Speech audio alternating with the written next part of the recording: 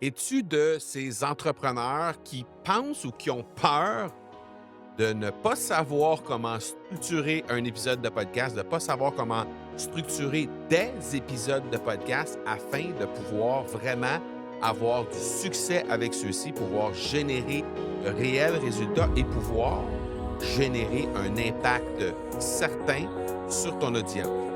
Si c'est le cas, ben aujourd'hui, on va débroussailler tout ça pour être capable de te donner des clés pour vraiment avoir du succès avec ton podcast. Tu cherches une façon de te démarquer et tu as choisi le podcast pour y arriver? Que tu aies lancé ou non un podcast en ce moment, ben t'es au bon endroit. Mon nom est Marco Bernard et avec l'Académie du podcast, j'ai aidé plus de 1000 francophones de 15 pays différents à se lancer dans le merveilleux monde du podcast depuis 2018.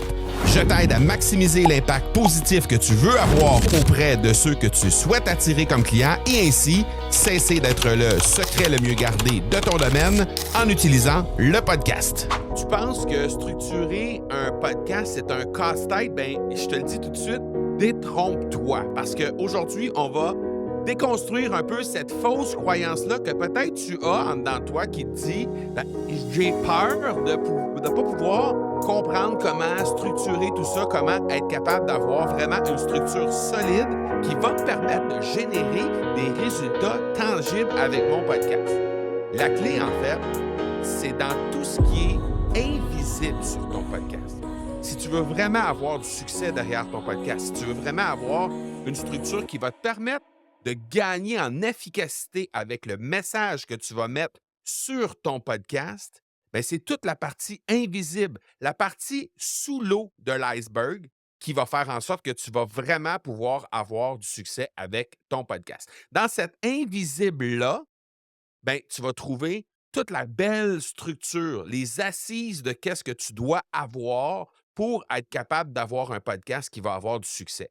Et quand on ne connaît pas ça, ben, c'est tout à fait normal de penser que c'est seulement la partie visible qui est intéressante. Que si une fois qu'on a la partie visible, ben, tout le reste va suivre. Si on a un super beau logo, si on sonne bien parce qu'on a un super bon micro ou parce qu'on a un super beau jingle, mais la réponse, c'est pas vraiment.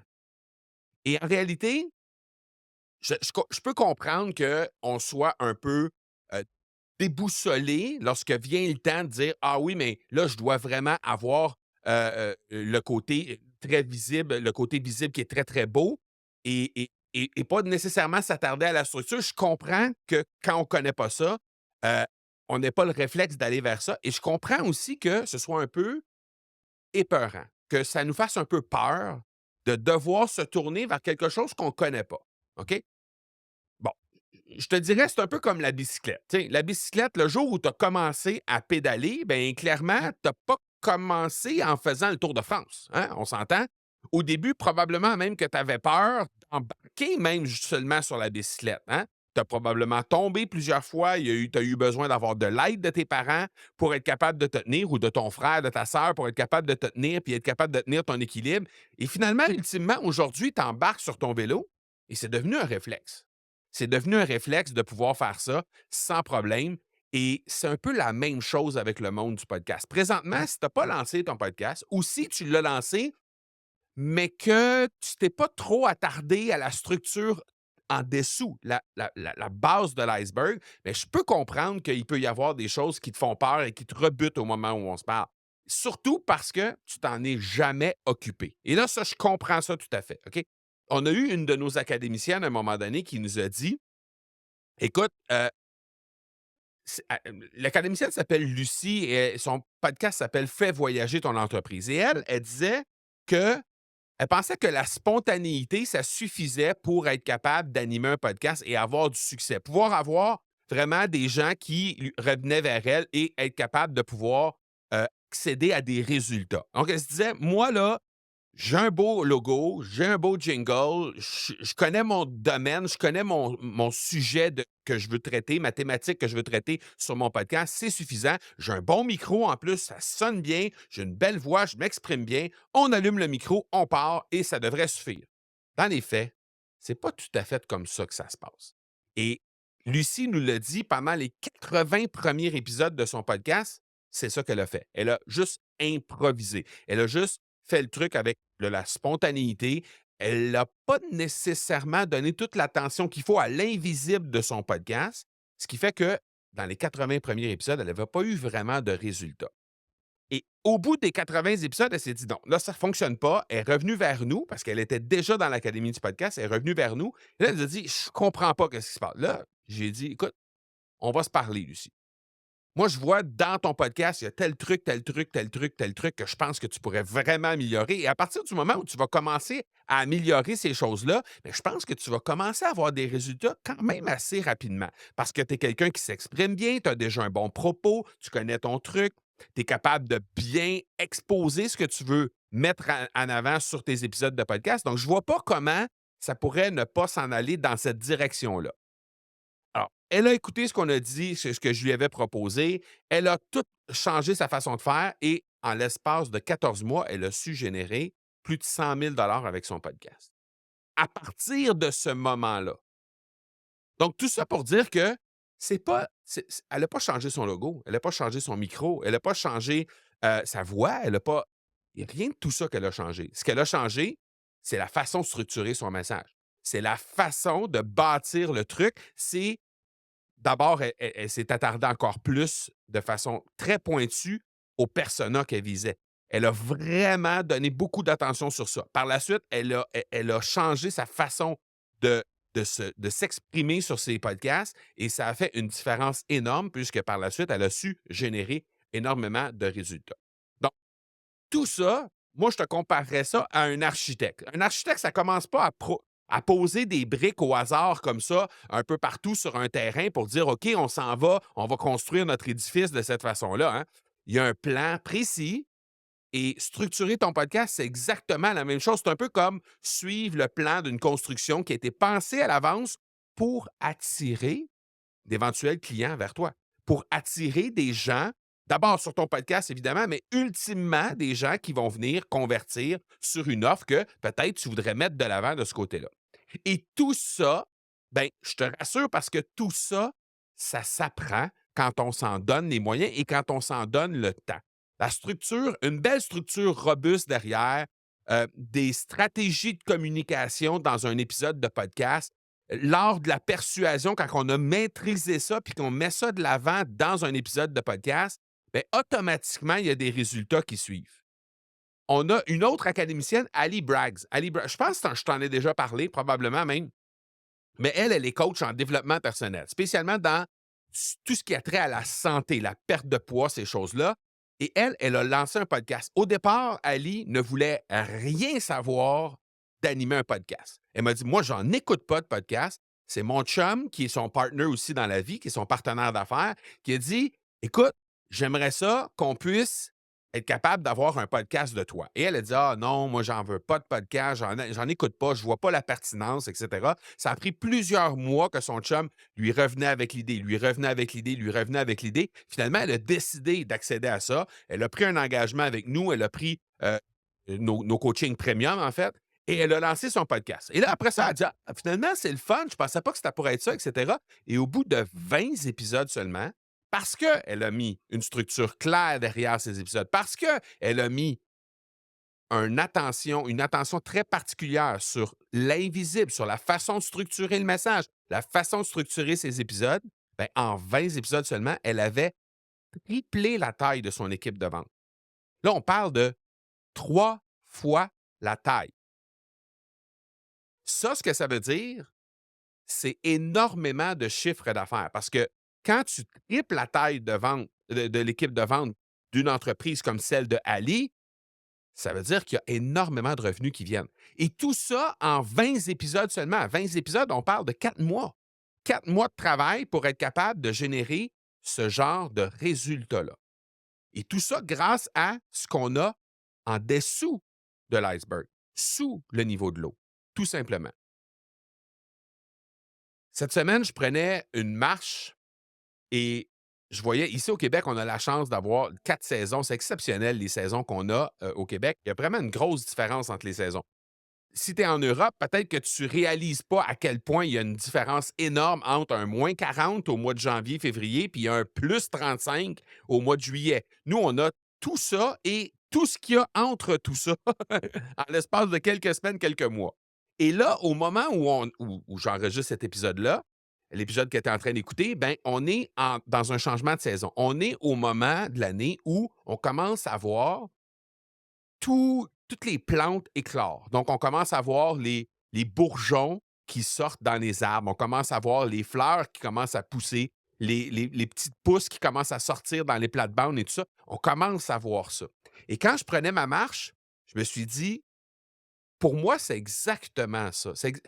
Le monde du podcast, c'est exactement ça. Et quand tu démarres ton podcast, ben, c'est un peu comme la bulbe que tu déposes à l'automne et qui va probablement juste sortir quelques mois plus tard au printemps qu'on va commencer à voir. Ou c'est encore ben, l'engrais que tu vas avoir mis au pied de cet arbre-là et qui va donner des bourgeons encore plus nombreux au printemps.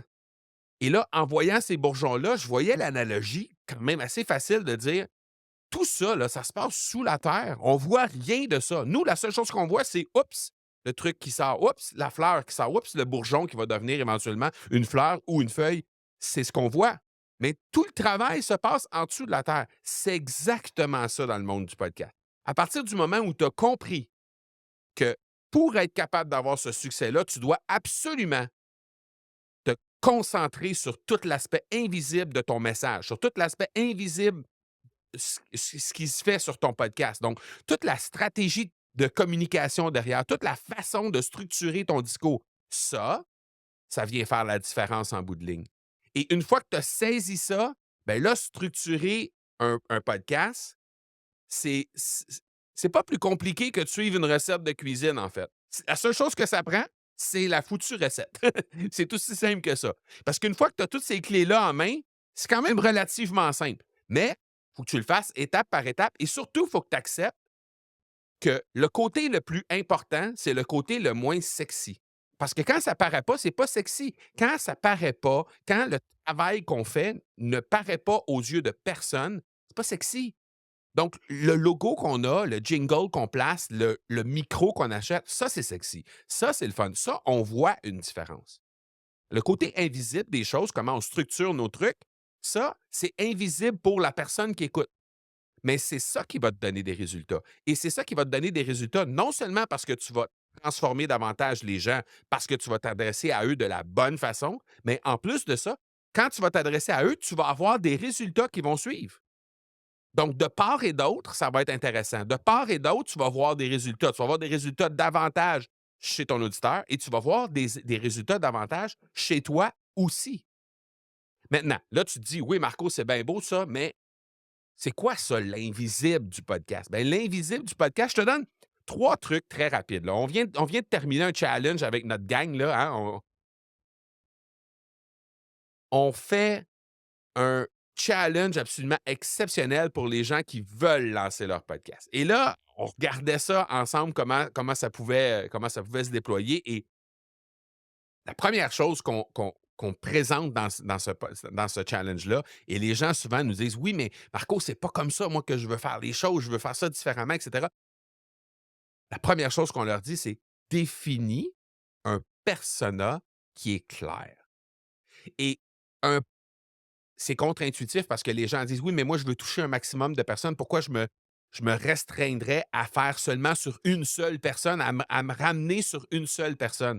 Dans les faits, tu te ramènes à une seule personne parce que cette personne-là, c'est elle qui va résonner à 100 avec ton message. Et oui, il va y avoir d'autres personnes autour de ça qui vont résonner à 80 à 90 à 92 à 77.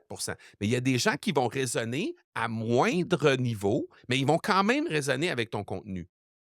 Mais pour être capable de cibler quelqu'un, pour être capable de préciser quelque chose, tu dois absolument définir un persona le plus clair possible. Si tu vises tout le monde, tu vises personne. Et si tu vises personne, tu es juste quelqu'un qui fait un podcast dans l'univers et tu ne vises personne, il n'y a personne qui va aller t'écouter.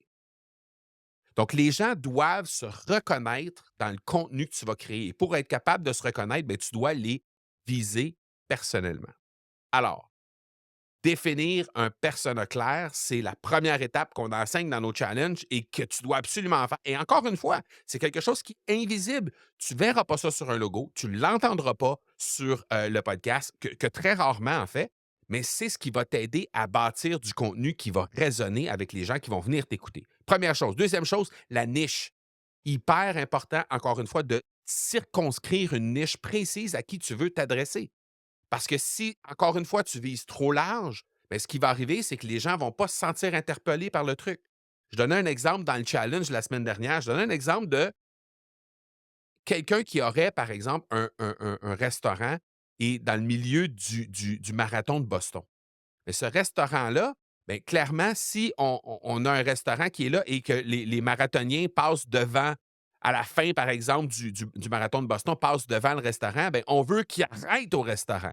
Et là, bien, si on fait juste être là et viser tous les marathoniens, bien, peu de chances que qui que ce soit là-dedans se sente interpellé par le truc. Mais si on annonce quelque chose à l'extérieur et si on se dit qu'on est le restaurant pour tous les végétariens qui viennent de la région de Boston, par exemple, bien là, soudainement, des 30 000 marathoniens qu'il y a au marathon de Boston, peut-être qu'on se restreint à seulement 1 000 personnes qui vont être exactement notre cible, mais ces 1 000 personnes-là vont être interpellées par notre message. Donc, il y a de fortes chances que ces gens-là, d'abord, viennent à notre restaurant. Est-ce que ça exclut les 29 000 autres? Non. Il y a des gens qui peuvent quand même manger des trucs végétariens, mais qui ne sont pas dans la vie de tous les jours végétariens. Il y a des gens qui peuvent se dire intéressés, curieux de voir qu'est-ce qui se passe dans ce restaurant-là et qui peuvent venir quand même. Donc, ça n'exclut pas les 29 000 autres parce qu'on choisit de façon délibérée d'être précisément sur une niche de gens végétariens. Donc, ça vient à dire que plus on va viser juste dans notre truc, plus on risque d'attirer les bonnes personnes chez nous. Et la dernière chose, c'est déterminer des sujets le plus précis possible pour chaque épisode. Si on parle de tout et de rien, si on fait juste raconter des trucs, raconter des histoires pour dire à peu près n'importe quoi, on n'intéresse personne. Aujourd'hui, on parle de la structure invisible de ton podcast. Ça, c'est quelque chose de précis. C'est quelque chose que tu as probablement lu dans le titre et tu t'es dit: «Oh my God, j'ai besoin de savoir qu'est-ce qu'il y a d'invisible qui doit absolument me servir? C'est quoi la partie invisible du podcast que peut-être j'ai pas dans mes trucs?» Tu dois absolument découvrir ça. Et donc, si on parle d'un sujet précis, ben, tu vas te sentir interpellé. Si on est trop large, encore une fois, on va pas aller chercher ce qu'on veut aller chercher comme impact et comme engagement sur notre contenu. Maintenant, il y a certaines étapes que tu dois vraiment mettre en avant pour être capable de réaliser tout ça. Premièrement, évidemment, on en a parlé, discuter avec ton persona, discuter avec tes auditeurs pour être capable d'apprendre à les connaître. Parce qu'au début, c'est vrai que c'est difficile de cibler un persona. Souvent, le persona, c'est notre situation d'il y a quelques mois ou quelques années. C'est où on était il y a quelques mois ou quelques années. Et ce qu'on veut faire avec notre podcast, c'est de faciliter le passage à l'action des gens qui sont dans la même situation que nous, on était il y a quelques mois ou il y a quelques années. On veut leur aplanir le chemin, autrement dit. Parce que nous, quand on a passé, là, c'était chaotique pas mal. Mais là, on veut rendre ça plus facile pour eux. Alors ça, ben, à discuter avec eux, ben, ce que ça fait, dans le fond, c'est que ça nous permet d'aller chercher encore plus de détails pour millimétrer, peaufiner la définition de notre persona et donc, par ricochet, être capable de créer du contenu qui va être encore plus précis sur le persona. Donc, discuter avec notre persona, nos auditeurs, choisir une niche qui va correspondre à nos passions, à nos compétences, ça aussi, c'est intéressant parce que ça nous permet d'être enjoué, d'avoir du plaisir à animer nos trucs lorsqu'on prend des compétences et des passions puis on les met ensemble. Un peu comme quand tu l'as peut-être écouté cet épisode-là, c'est l'épisode 318. Donc aujourd'hui, on est à l'épisode 322. Tu recules de 4 épisodes. Il y a un épisode que j'ai parlé de Coldplay. Ça, là, c'est un super exemple de comment on peut arrimer passion et compétences. Passion et compétences. J'adore Coldplay. J'adore la musique en général. Alors, ce que j'ai fait, c'est que j'ai comparé le monde de Coldplay, leur univers à eux, à l'univers du podcast. Et j'ai fait plein d'analogies, plein de liens entre ces 2 univers-là. Alors, j'ai mis ensemble mes compétences podcast et mes passions, ma passion pour le groupe Coldplay, mais pour le rock en général, pour la musique en général. J'ai mis ça ensemble, j'ai fait un épisode là-dessus. Donc, ça, c'est une belle façon aussi de faire en sorte que tu puisses être capable de structurer. Encore une fois, c'est des trucs invisibles. C'est pas des trucs. Oui, là, tu vas aller écouter l'épisode. Si tu ne l'as pas déjà fait, tu vas aller écouter cet épisode-là, 318, parce que tu es curieux de savoir qu'est-ce qui s'est passé et pourquoi Coldplay aurait eu plus de succès avec le monde du podcast qu'avec ses albums. Là, tu te dis, ben, comment ça? Et là, tu vas aller écouter cet épisode-là parce qu'il y a une curiosité autour de ça. Mais au-delà de ça, toute la partie, toute la présentation, toute la stratégie derrière cet épisode-là, c'est complètement invisible. Pourquoi j'ai fait cet épisode-là? Tu n'as aucune idée. Tu n'as aucune idée. Mais moi, dans mon processus à moi, il y a une raison précise pourquoi j'ai fait cet épisode-là. Et ça, c'est la partie invisible. Alors, choisir la niche qui correspond aux compétences passion, discuter avec le persona, ensuite planifier des épisodes et des sujets qui vont répondre à peut-être des questions fréquentes qu'on reçoit. Mais encore là, l'idée, c'est de présenter ça, pas nécessairement sous forme toujours de questions-réponses, pas toujours de contenu éducatif. Aujourd'hui, le sujet du jour, c'est la partie invisible de ton podcast. OK, parfait. Il n'y a personne qui est déjà venu à moi et qui m'a dit Marco, quelle est la partie invisible du podcast que je dois absolument connaître pour être capable d'avoir du succès avec mon podcast? Il n'y a personne qui m'a jamais posé cette question-là. Mais il y a plein de gens qui me posent la question, par contre, c'est quoi les éléments clés d'un podcast qui a du succès? Ah, là, c'est différent. Tu vois? Là, c'est différent. Alors, planifier des sujets en fonction des questions, mais pas toujours en mode éducatif. Ça, on pourra en reparler dans d'autres épisodes, mais pas toujours être en mode éducatif. OK? Et évidemment, tu peux faire ça de cette façon-là pour créer de l'engagement avec les gens. Et évidemment, ben, moi, je te parle de réviser, ajuster ton plan de match au fur et à mesure en fonction des retours que tu vas avoir des gens. Ça, c'est primordial. Et encore une fois, ça aussi, c'est des choses qui sont invisibles. Parce que ton plan de match, à moins d'être quelqu'un dans ton équipe ou très proche de toi, il n'y a personne qui le connaît, ton plan de match. Donc, quand tu ajustes le plan de match, on est dans l'invisible, on est dans la partie stratégique du truc. On est carrément là à chaque fois. La dernière chose que j'ai envie de te parler par rapport à ça, c'est de créer un plan de match pour chaque épisode. Créer un plan de match pour chaque épisode, ce que ça va faire, c'est que ça va te donner la possibilité d'avoir tous les éléments sous les yeux, exactement comme l'épisode que je suis en train de faire présentement. J'ai une petite page de notes qui est juste devant moi, qui me permet de ne rien rater de ce que je veux te parler. Alors, je n'ai pas de script. J'ai pas du tout de script. J'ai peut-être à peu près 150 mots sur ma page de notes. Juste des bouts de phrases qui me permettent de penser, de réfléchir en fonction de ce que je veux vraiment te parler pour être certain de tout avoir en main, le message que je veux te livrer en lien avec l'invisible. Donc, de créer cette espèce, nous, on appelle ça notre grille des 4C dans l'Académie du podcast. Et ça, c'est notre grille qu'on utilise pour bâtir nos épisodes. Et il n'y a pas beaucoup. Il y a de la place peut-être pour un 50 à 100 mots de plus que le 150 que je t'ai parlé, mais pas bien plus que ça. OK? Et c'est voulu que ce soit comme ça parce que les gens connectent avec toi.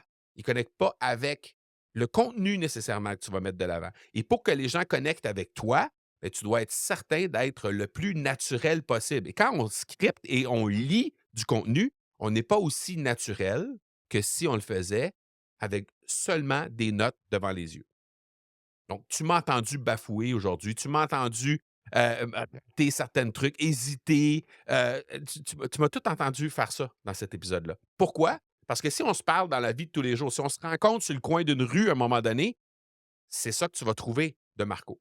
C'est comme ça. Ce que tu entends présentement, ça va être ça que tu vas entendre si on se rencontre un jour en personne. Donc, c'est pour ça que le côté naturel, le côté de la personnalité, de la couleur est extrêmement important lorsque vient le temps d'animer un épisode de podcast. Les gens achètent l'animateur, l'animatrice bien avant même le contenu du podcast. C'est la raison première pourquoi les gens vont décider d'aller vers toi pour les aider à se transformer, vont décider d'acheter quelque chose de toi, vont décider de s'abonner sur ton podcast, bien plus que ce qu'ils vont y trouver comme contenu en tant que tel.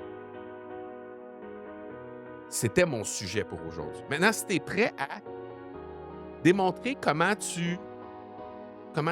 démontrer comment tu peux vraiment mettre ton message de l'avant, puis que toi, tu veux ultimement captiver, fidéliser une audience avec la plus grande aisance possible. OK? Si tu cherches à faire ça, moi, j'ai envie de te proposer une possibilité. Tu veux discuter de toutes les ressources qui pourraient potentiellement y avoir de disponibles pour toi, bien, on peut t'aider pour ça. Tu peux te rendre directement au academypodcast.com/appel. Tout simplement, c'est dans les notes d'épisode. Mais sinon, academypodcast.com/appel, c'est relativement simple. C'est appel au singulier. C'est simple et c'est facile à retenir.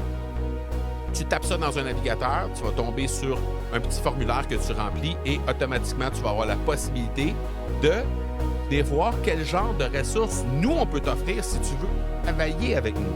Évidemment, si tu veux avoir accès à des ressources gratuites, tu y as accès directement ici sur le podcast. Mais si tu veux travailler avec nous dans notre académie, bien, on est là pour toi. academypodcast.com/appel, ça va nous faire extrêmement plaisir de regarder avec toi quelles sont les ressources qui pourraient être le mieux adaptées à ta réalité, à tes besoins, à tes objectifs et comment nous, on peut te suivre avec ça et t'accompagner pour être capable d'avoir le maximum de résultats possibles. Peut-être déjà d'abord commencer à travailler sur la structure invisible de ton podcast pour ultimement être capable de finalement avoir un grand impact chez les gens qui vont venir écouter ton podcast.